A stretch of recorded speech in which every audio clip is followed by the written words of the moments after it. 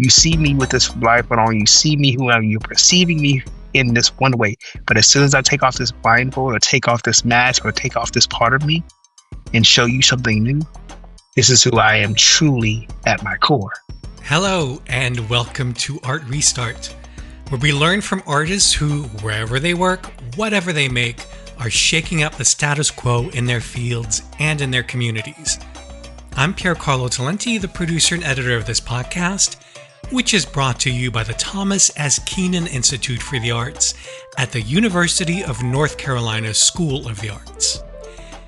In this episode, we'll be speaking with dancer and choreographer Davian Robinson. Davian, who also goes by DJ in his daily life, didn't quite follow a straight line on his path to a career in dance, though all along he remained deeply attuned to his body and his innate athleticism.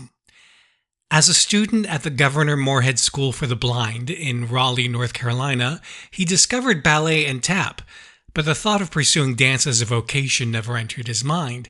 Instead, already active in several of Morehead's athletic programs, he tried tandem cycling almost on a lark. Cut to a few years later, and DJ was collecting medal after medal on the national para-cycling circuit. His return to dance likewise occurred almost by accident when, as an undergrad at University of North Carolina, Charlotte, he discovered that he didn't yet have the prerequisites to enter the exercise sciences program. His academic advisor ran down a list of classes he could take in conjunction with his science courses, and lo and behold, among them was a vintage jazz dance class. Well, DJ left UNC Charlotte with a BS in exercise science and a BA in dance performance choreography and theory. And ever since, he has worked not only as a powerful dancer and inventive choreographer, but also as an advocate for more inclusive ways of teaching and experiencing dance. He created a workshop titled Sensory Beyond Sight that encourages participants, whether artists, athletes, or professionals far outside the arts, to move beyond vision and tap into the body's other senses. He also continues to expand his creative reach through collaboration, most recently with celebrated multimedia artist Janet Biggs in Misregistration, which is currently on view through September 22nd, 2025 at the Bechtler Museum of Modern Art in Charlotte. DJ spoke to me from his home in Charlotte. I asked him to walk me through what must have been a particularly daunting challenge, namely his first dance class in college as the only blind student in the studio. When I first went through my first class, for me, I would give it a C+ grade because I showed up and I did my best and I didn't have a mentor.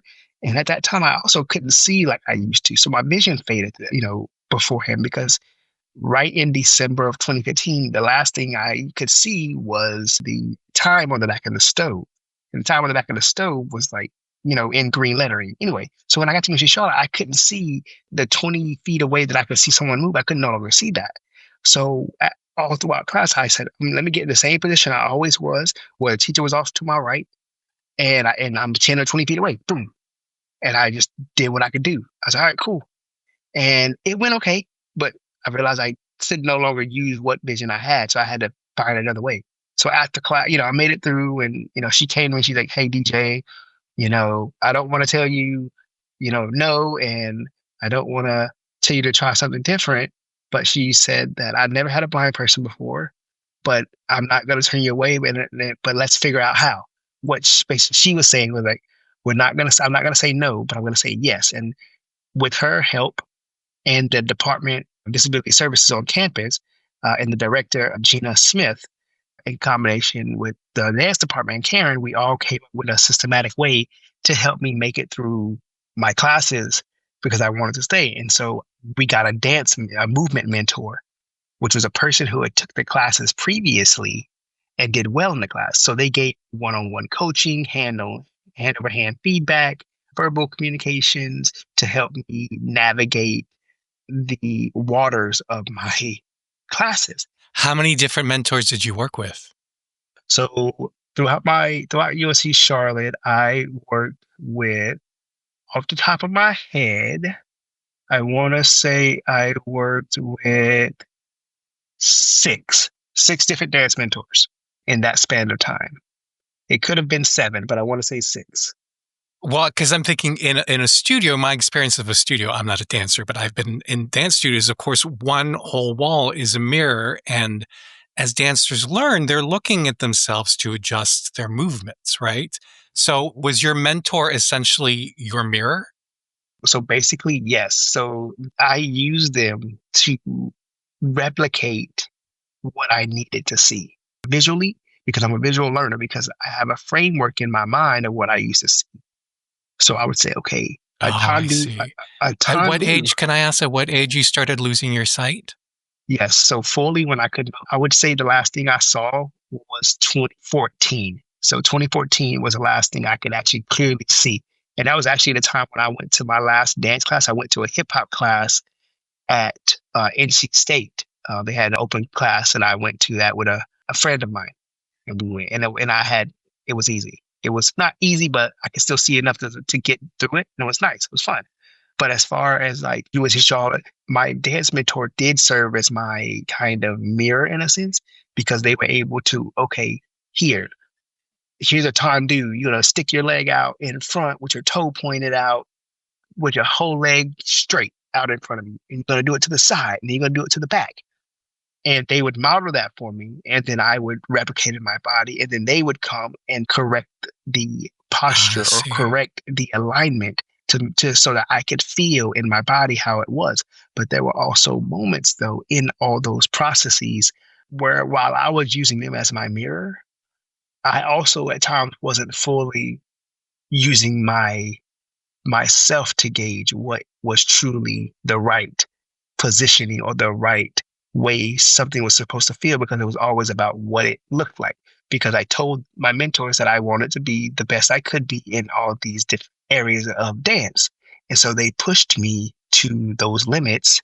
And even if it always wasn't correct, they told me to go and be and do as best as I could in those instances so that I could, get through the technique in that moment so I can go to the next thing. And then we would work on the fundamentals in our private time after class. So in class, there wasn't a lot of time to always get it right. And there was times where I got frustrated because I couldn't get it right, or I was behind, or I was rushing, so I wasn't getting all the steps right. But then I realized when we stepped to the side and stepped away into our private time, we were able to work on those fundamentals, and then I come back to class and was able to then do the routine or the combination with more preciseness, more fluidity, and more confidence. And so that's how and this changed from class to class, whether it was West African, whether it was modern, whether it was jazz, or whether it was ballet. What came most easily to you in your dance education journey, and what's been more of a challenge? Hmm. I would say the one thing that came the easiest to me in my process of learning dance in the collegiate ranks was my creative ability to come up with ideas and concepts around movement and my ability to just feel the music and let the music lead me because I'm a feeling based person.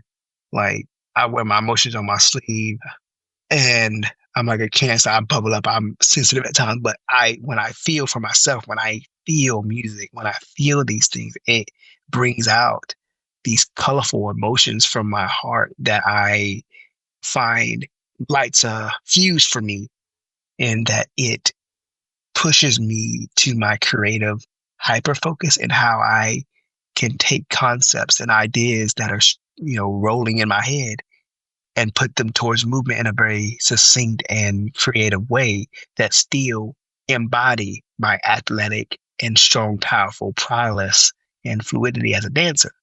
But what is most challenging though, and I will say this still, is that when I bump up against and when I had bumped up against moments of exclusion in my time where the language within my classes were, even though I had my mentor, the language between my mentors maybe sometimes or the teachers sometimes was not always clear.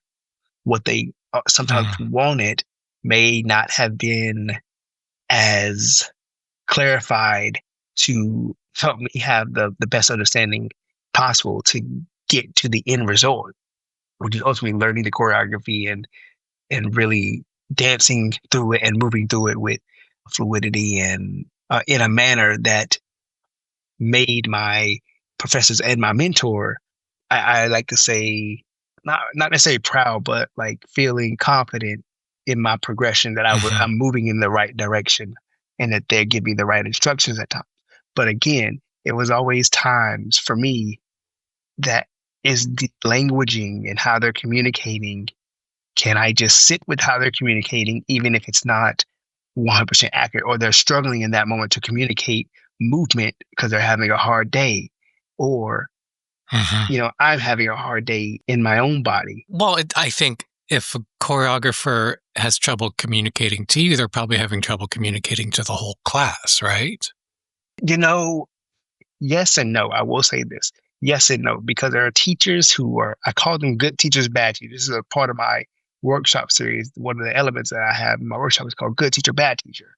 And I did this because I had teachers who would communicate and they would go, okay, and one and two and three and four and five and six and seven. And I'm like, wait, what? What did you just do? And what they were doing was they just started moving and didn't say one word. They might have did a kickball change, shuffle, step, kickball change, shuffle, step, turn, turn. And that's what it was. But they didn't say it. They just did it. Right. So that's the exclusion. But my teachers sometimes depended solely on my mentor at times to tell me exactly what I just said without my teacher having to vocalize. But Right. then I had teachers who did vocalize. Okay, we're going to do tendu, rond de jambe, lair, plie, releve, those vocabularies. So even though my teacher also told me, and I was also hearing it from my mentor, it gave me two different ways of hearing what they said. So I didn't miss anything within the transaction or the translation of what they were trying to communicate in what they wanted in this particular sequence of movements. And so for me, that had at times was the most frustrating, the lack of communication or clarity in it. When you start working with other dancers or with a choreographer who's new to you, do you establish ground rules or do you establish how you prefer to be communicated with? And do you ever encounter resistance? So for me, and that's a beautiful question to ask. So for me, I don't like conflict. And I also struggle at times because I have ADHD, and it's not, I don't say that lightly to be like, oh, it's a crutch or anything of that nature. It's just a part of my being and my person. Hmm. But I struggle with communicating my needs because I don't want pushback, and I can come off as a people pleaser at times. And so there are elements when I first meet new people or new dancers, new choreographers, that not off the gate, I don't come in and say, "Hey, this is what I need," because there's times where I feel like, wait, it's a burden to tell them what I need, and that I know that to be a lie. But what I have done is being able to find the commonality, the common ground of that connection point that outside of my disability, outside of my ADHD, outside of those two realms of where can we meet in the middle and connect first, and then once that connection is had, then I gain the confidence and the capacity to share with them, hey, these are what I need, these are my expectations. But at the same time, I am not that authoritative hierarchical person that says, you guys do this. I work more collaboratively and communally with all those that I'm in conversation with or collaboration with because it helps balance out my own ideas, concepts, but also help balance out where we want to go with things so everyone's on the same page and that everyone's access needs are met and everyone's voices are heard in a clear and concise and forward manner. So, What was the first piece you ever choreographed? Was it a solo piece or did you choreograph other dancers or both? so if I have to say twofold, my first piece that I ever choreographed was a rendition of Wall to Wall by Chris Brown. This has had to be when I was in maybe middle school, so probably 2007, 2008. It was it, Really? it was at a talent show, And I can remember watching the video in Miss Rebecca Rahman's office. I was watching the video on her computer, and I was like, hmm. And I also watched it back in our dormitories. And I was like, oh, okay, like this. So I took some of the movement, and it was, I think this, yeah, it was for a talent show, and I was a solo. And I took some of it and I did it. And I was like, oh, and did I mix my own things into it? And that was really cool. But then, because later on, I will say the very, very, very first piece that I choreographed at UNC Charlotte was called Inner Beauty versus Outer Beauty, The Misconceptions of a Fallen Society. And it was for our Move student showcase. It was a Move or a student org called Move. And it was basically showcasing that everyone within our hearts has colorful emotions and colorful parts of our hearts. And no matter who we are, where we come from, that we all have integral parts to us that we can add to the collective of wherever we are or whatever space we're in, so that there's beauty in the collective, but there's also beauty in the individuality of who you are as a part of the collective.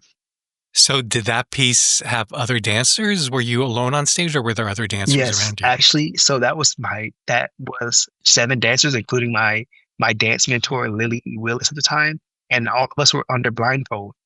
It was a 7-minute piece. All your other dancers were wearing blindfolds. Oh yeah, and they were happy about it too. Throughout rehearsal, they were like, "Wait, what are you doing? Why are you doing this?" It was 7 of us, and once we all got comfortable, and I kind of laid out the kind of scene of how it was going to go. They all got comfortable because we weren't in blindfolds for long, maybe like 2 or 3 minutes of the Okay. piece, and it was structured in a way where no one was going to run into each other. There was more floor work. There was more moments where they did statuesque positions in place, and shift as the beats or the rhythms change.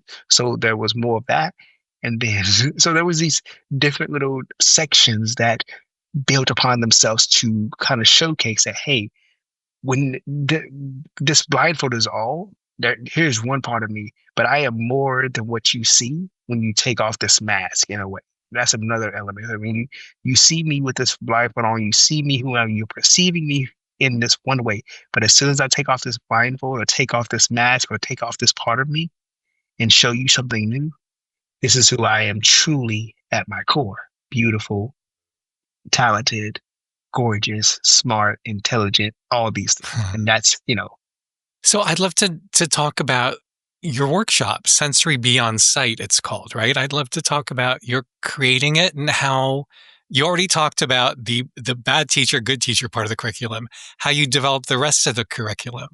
Back in 2023, I was a fellow at Access Dance, and I got the opportunity to work with an amazing Nadia Dame and another mentor of mine, Christopher Ampes Nunez, and they kind of helped me reshape and remold my Sensory Beyond Sight as not a product base, but a process base. It looks at how you can transform the way you look at the sensoriums of your body. How can you transform the way you embody movement?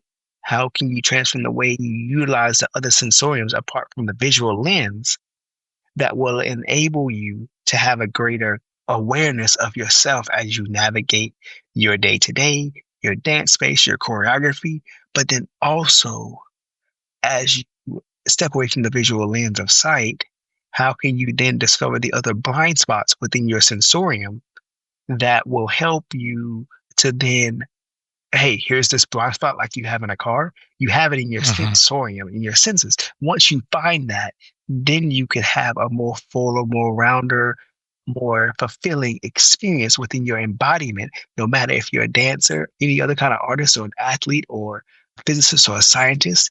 There's a way of embodying movement and yourself. So the workshop is not geared specifically towards dancers or blind people. It's for anyone who wants to find a new type of embodiment in themselves. Yes. However, though, what I give dancers or any other artist may be different from what I give someone who works at Ally Bank, or what I might give a soccer player or a basketball player, because the space in which they are embodying or how they're using their body as an instrument through life changes and is different, but the same baseline rules apply. However, when I'm generating choreography and I'm working with new dancers like I did for my exhibition and the misregistration performance part, I had two dancers working with me from New York.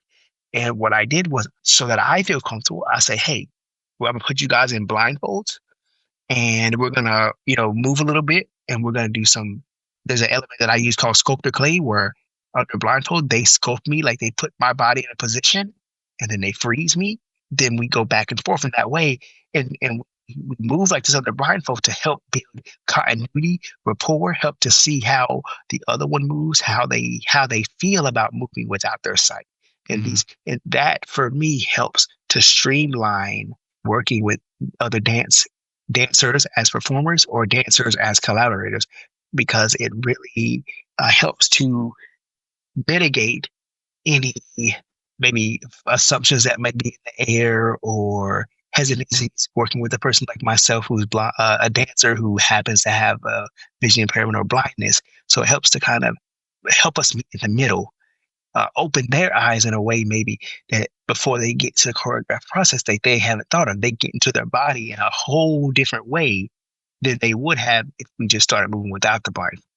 Right. The blindfold kind of takes away some elements of fear and resistance, and it kind of breaks the barrier of that hierarchical thing and say, hey, we're on the same plane field, so let's move and see what we can devise and come up with.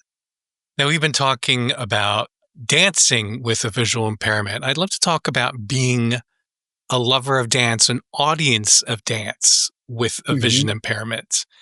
How do you yourself enjoy dance performances? And how do you think dance companies all over the country could make it easier for blind people or visually impaired people to enjoy dance? So I enjoy dance in a multitude of ways. And there are a lot of times when, if it's a proscenium stage or more of like an around space where there's chairs around this and there's the stage at the center point and there's chairs on the floor around, like how the space is set up is largely the sticking point to what will make or break the way in which I, as a lover of dance, can interact with it.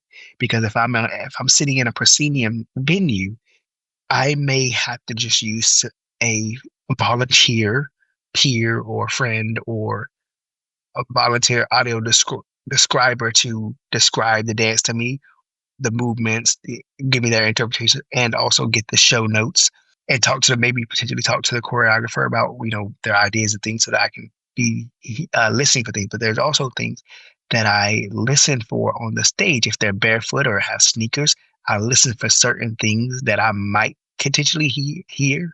Oh, and I use my imagination to kind of fill in the gaps of where I don't.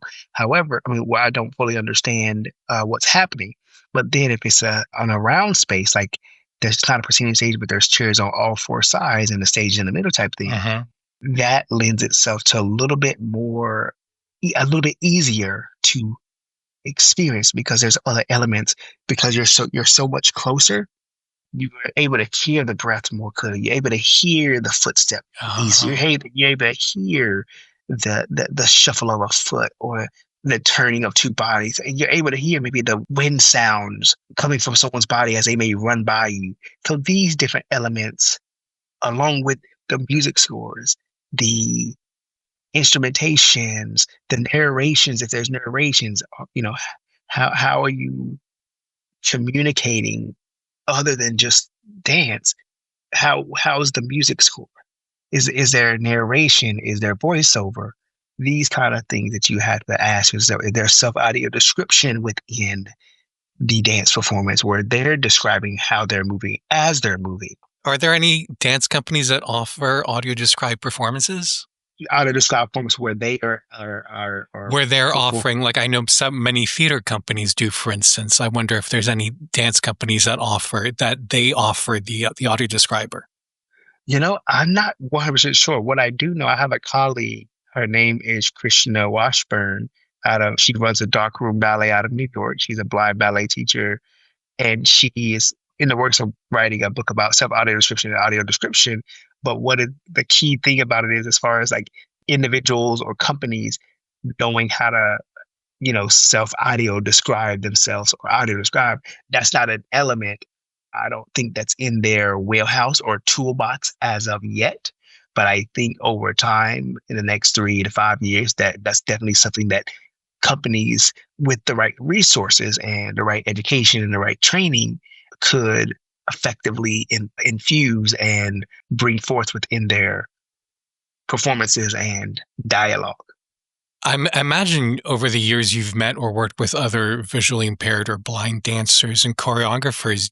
Have they had different techniques that you've learned from them or that they've learned from you? Yes. One thing that I over the years, I know about 5 blind or visually impaired dancers off the top of my head.